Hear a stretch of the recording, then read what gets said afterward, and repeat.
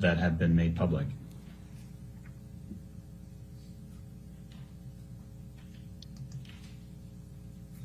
Now, those accusations were made public in the divorce back in 2016, correct?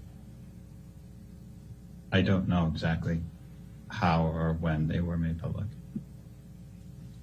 Given that you believe Amber's accusations would have had the most dramatic impact on Mr. Depp's off-screen reputation, would Amber have been filing the divorce action and obtaining a domestic violence restraining order have had a dramatic impact on Mr. Depp's off-screen reputation? I think the only way I can answer that is by saying I don't think filing for divorce would have any impact whatsoever. And I'm actually not familiar with the lawsuit to get the restraining order, so I don't know exactly what's in there. But if that was based on claims of or accusations of abuse, then that, in my opinion, would have a negative impact on Johnny's off-screen reputation. Mr. Carino, we were talking about Amber's accusations and your view that those would have the most dramatic impact on Mr. Depp's off-screen reputation. And you were talking about her accusations of domestic abuse and violence, correct? Yes. Were you aware that the Dan Wooten article published in The Sun included specific accusations by Amber Heard of domestic violence and abuse by Mr. Depp? The Sun case, is that what you're asking about? Yeah. Well, yes. First the article itself that was in the paper, the why is J.K. Rowling genuinely happy about employing Mr. Depp, the wife beater? Yes. Okay. And you're aware that the litigation, the lawsuit, including the particulars of the claim brought by Mr. Depp, included the accusations by Amber Heard of domestic violence and abuse by Mr. Depp, correct? Yes.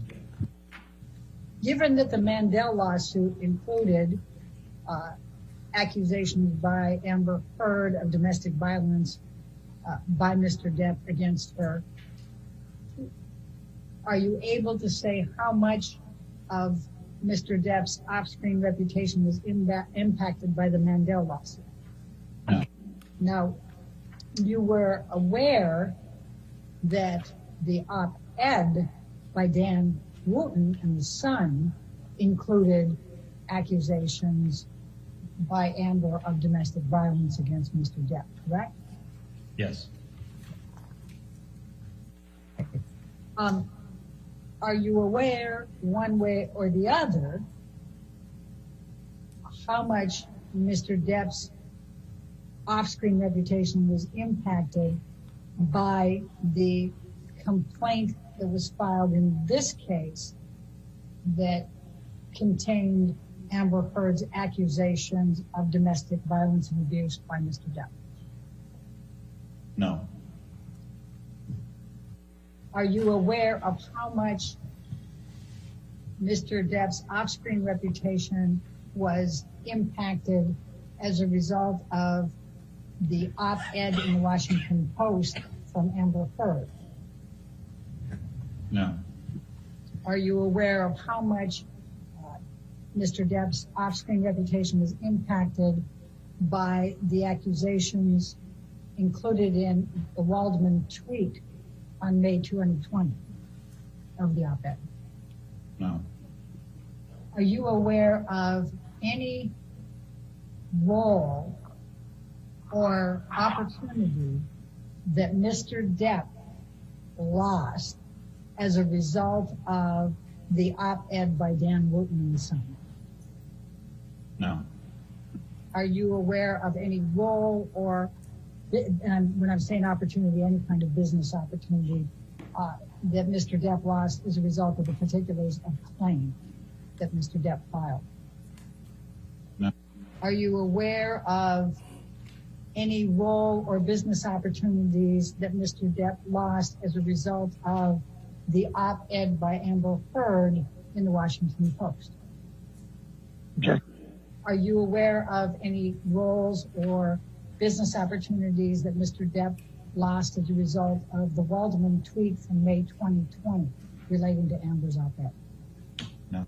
Is there any other role or business opportunity that Mr. Depp has lost since you started representing him in October 2016? And I'm saying, I would say his, I would say yes. what? The Pirates, the next Pirates movie. Do you remember which one that was? 6, 7, I'm not sure what the number is. It's 6. I think Pirate 6 is the one that's yet to come out here. And why, what is your understanding of why Mr. Depp lost Pirate 6?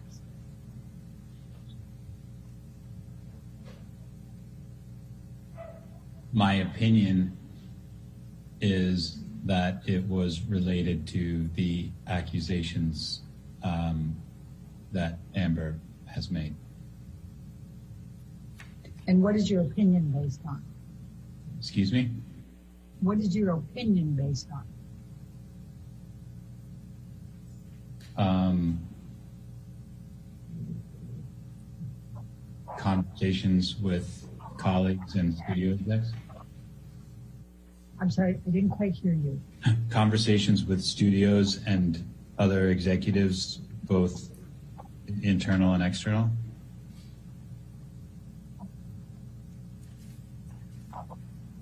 When you say related to the accusations that were made by Amber Heard against Mr. Depp, are you talking about accusations of domestic violence and abuse by Mr. Depp? Yes. How many conversations have you had with studio and other executives? I have no idea. More than 5, more than 10?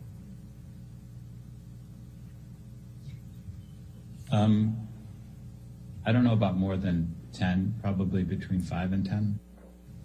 Who do you recall speaking with at studios or other executives?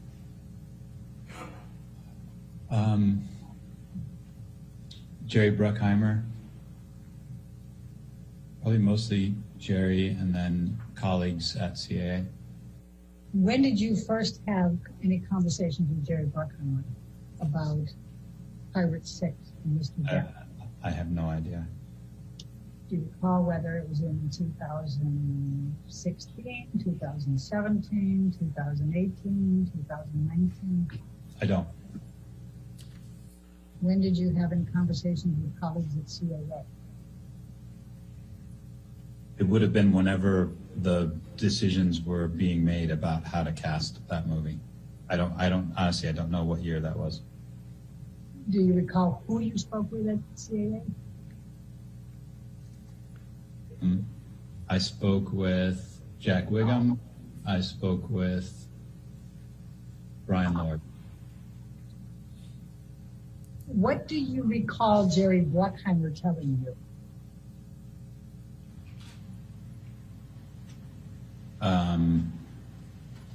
I don't recall the specific conversations, but the nature of it was that the studio was having difficulty employing him.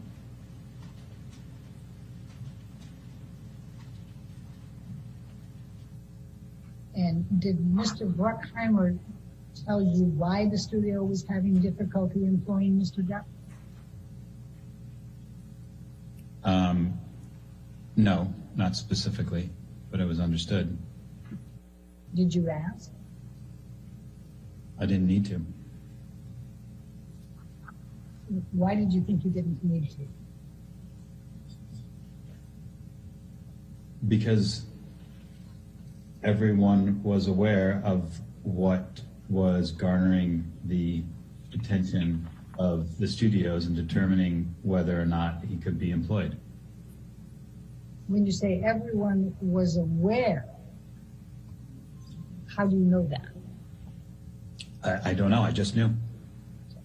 Can you tell me who everyone is? Can you tell me who anyone is? The people who would have been involved in making that decision.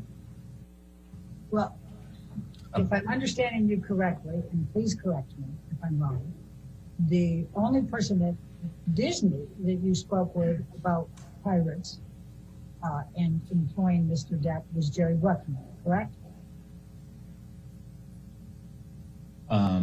Yes. All right. And you spoke between 5 and 10 times with Mr. Bruckheimer, and he did not say in any of those conversations, the reason we're not employing Mr. Depp is because of Amber Heard's accusations of domestic violence and abuse by Mr. Depp, correct? That's good.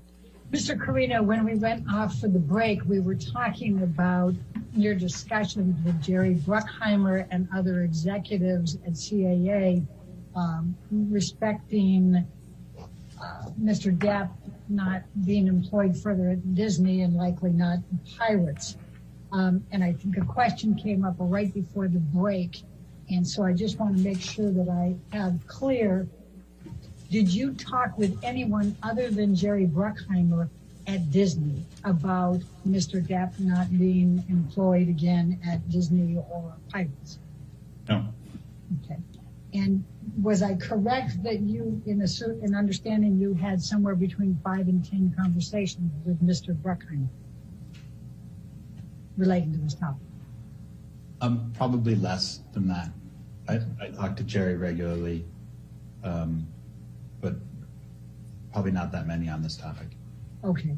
And was there anyone else at Disney that you spoke with at any point about Johnny Depp being considered for pirates or not being employable by Disney? No. Okay. And is that true to the present? Yes. Okay. And the other discussions that you had, those were all with executives at CAA? Yes. That was Brian Lord and Jack Whittle, correct? Yes. Anyone else? Not that I can recall, no. Okay.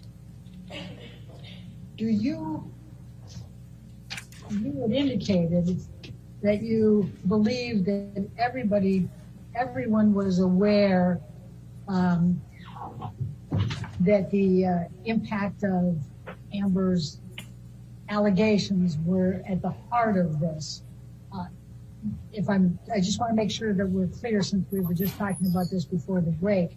Jerry Bruckheimer did not say specifically what it was that caused Disney to decide not to continue with Johnny Depp and Pirates 6 or in other matters, correct?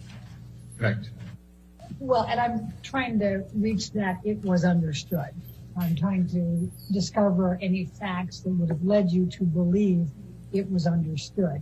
And if I'm understanding, use the same word, Mr. Bruckheimer didn't tell you that, correct?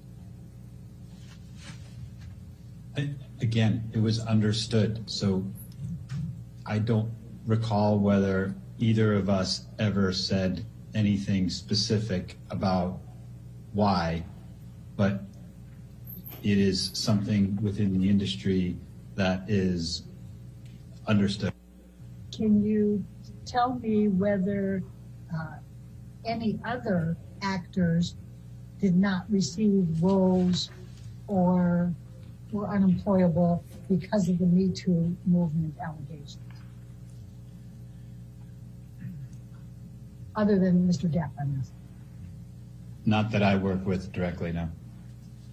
In any of your discussions with Mr. Bruckheimer, did you ask him what Mr. Depp could do to become employable by Disney again, or to be able to get any part of any Pirates franchise going forward?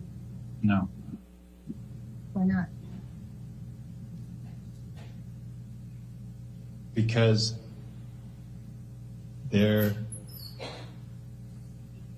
cases like this, there is nothing anybody can do. It is the directive of the studio and they have the sole right to make the judgment whether they can continue to employ somebody or not. And your understanding from your discussions with Mr. Bruckheimer is that Disney had made the judgment to decide that they could no longer employ Mr. Depp. Is that correct? Yes, but not solely based on conversations with Mr. Bruckheimer. It was cumulative with the internal and external conversations. What did Mr. Lord say that led you to believe that Disney had made the decision, the judgment that they were not able to employ Mr. Depp at Disney? Just that the decision had been made. What did Mr. Wiggum say about The Disney same. making the judgment of whether they would not be able to employ Mr. Depp? Same thing. Okay. Just that they made the decision. Correct. Were you aware of any problems on the set with Mr. Depp during the filming of Pirates 5? Were you aware of Mr. Depp engaging in alcohol and drug use, being tardy, any of those issues during the filming of Pirates 5? I'm aware of him being tardy, but he's been tardy on everything in his entire life. Were you aware of whether that was troublesome to Disney during the filming of Pirates 5? I think it's troublesome to everybody, but everyone has learned how to produce a film to deal with it. Working around Mr. Depp? Yes. Do you know whether there was anyone on the set of Pirates 5 who wasn't willing to deal with it and was quite irritated by it? No. Were you aware that the filming had to be shut down for a period of time after Mr. Depp injured his finger? Yes. Were you aware of any disagreements between Mr. Depp and Disney, including Mr. Bailey and others who were on the project, about artistic differences? In other words, where Mr. Depp thought something should be this way or something should be that way, and they didn't agree with it? Yes. Okay. What is your understanding of that? There was a difference of opinion on how the film was edited. And what is your understanding of what Mr. Depp thought it should be edited to? I don't know how to describe the difference between the Disney edit and Johnny's preferred edit. I think Johnny told me about it, talked about it a little bit. Do you know how well Pirates 5 did at the box office? Not exactly. Do you know whether it was more successful or less successful than earlier Pirates franchise movies? I think it was slightly less than. It wasn't the most successful installment of that franchise. Do you know whether Mr. Depp has a pay or play clause that would pay him even if he was not in the subsequent Pirates 6? In 6? Yes. I don't think he does. Have you or anyone at CAA on behalf of Mr. Depp made any efforts with Disney to find any roles for Mr. Depp since he filmed Pirates 5? My efforts were probably primarily around Houdini, which at one point was a film, but Other people at CA for sure did, yes. Who were they? I would start with Jack Liggum.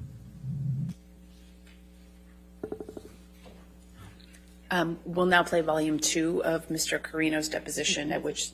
Okay, maybe time for afternoon. Sure. Why don't we? It's close enough to it. Absolutely, Your Honor. All right, before we get to volume 2, let's go ahead and take a 15-minute break. Please do not talk to anybody about the case and don't do any outside research. Thank you.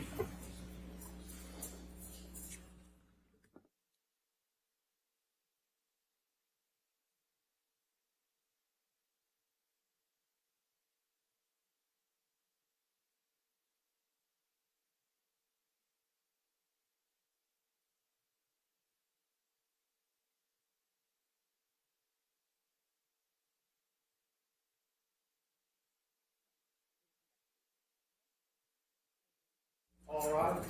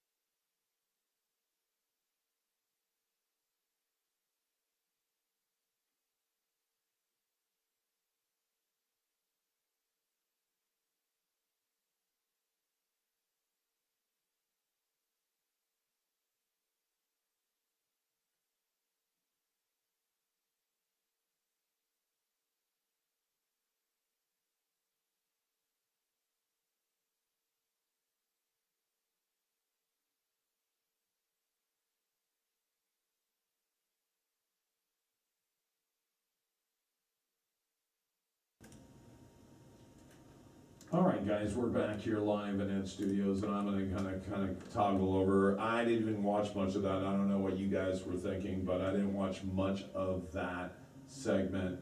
I will definitely watch it back now that we're doing this. I'm wondering what you guys thought of this. We do have our chat window up. Feel free to jump on in, tell us what you thought of that segment, especially if you're watching.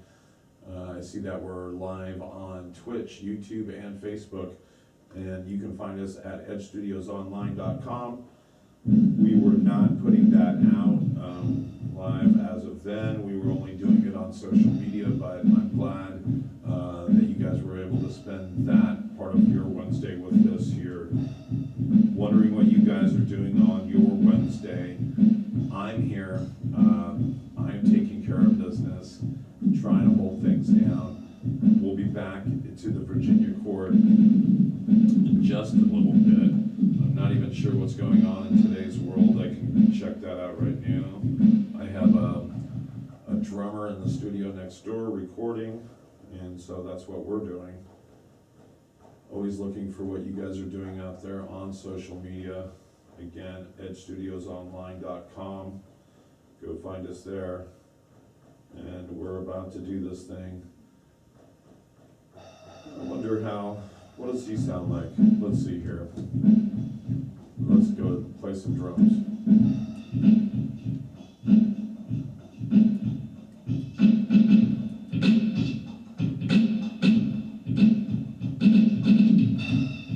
Sounds like I got a drum machine, right?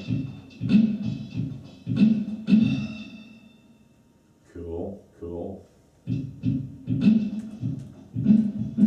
That's nice. Anyway, got my own drum machine. Very nice. We've been rolling for about 24 minutes. Let's see what's in the news right now.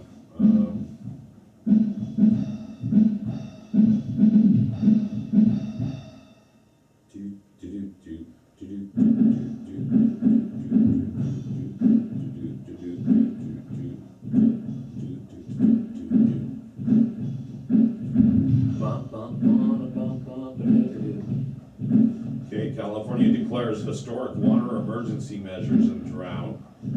Tricky illusion. That's stupid. A's President Dave Campbell sends out multiple tweets complaining about Oracle Park attendance. Trump appeals civil contempt order and fined $1,000 daily. Seeing what else. 4 arrested for stealing $5,800 worth of items from Palo Alto, Lululemon. Oh, okay, that's a local.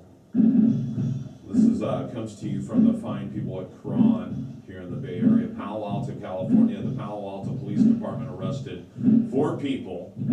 That's right, 4 people. For stealing $5,800 worth of items from Lululemon. In an organized theft on Friday. The suspects were also involved in a hit-and-run collision after fleeing the store, police said. The police were called to Lululemon on University Avenue about 2 p.m. in Palo Alto for the report of clothing theft. Just a minute later, a hit-and-run was called out on Homer Avenue in Cowper, which is right around the corner, with the vehicle description that matched to the one from the robbery. According to the police investigation, 3 suspects entered Lululemon, grabbed 54 items. 54 items totaling $5,800. So does that mean each item was approximately $80 in cost? Wow, and left the store without paying after getting into the getaway vehicle. Their car ran into a stop sign, crashed into a pickup truck. The collision caused minor damage to both vehicles and no injuries. Officers later found the suspect vehicle and stopped it at the 27,000 block of Industrial Avenue in Hayward. Wow. Anita Snell, 25 of Modesto. Is it Malia Fa? Janae Scott, 24 of Modesto, and Jamil Naylor Harris Jr., 20 of Stockton. Wow. All from the valley went out there to go steal. And then Dominique Chaz Shaw Carter, 26 of Modesto, were all arrested and charged with felony organized retail theft. Yeah, definitely organized, right? Carter was also charged with misdemeanor hit and run, and 2 outstanding felony warrants were also there. Yikes. So, I mean, people are getting really desperate, folks. They're getting really desperate because either they've been out of work, the pandemic already had done a number on everyone to that point. And so it's crazy.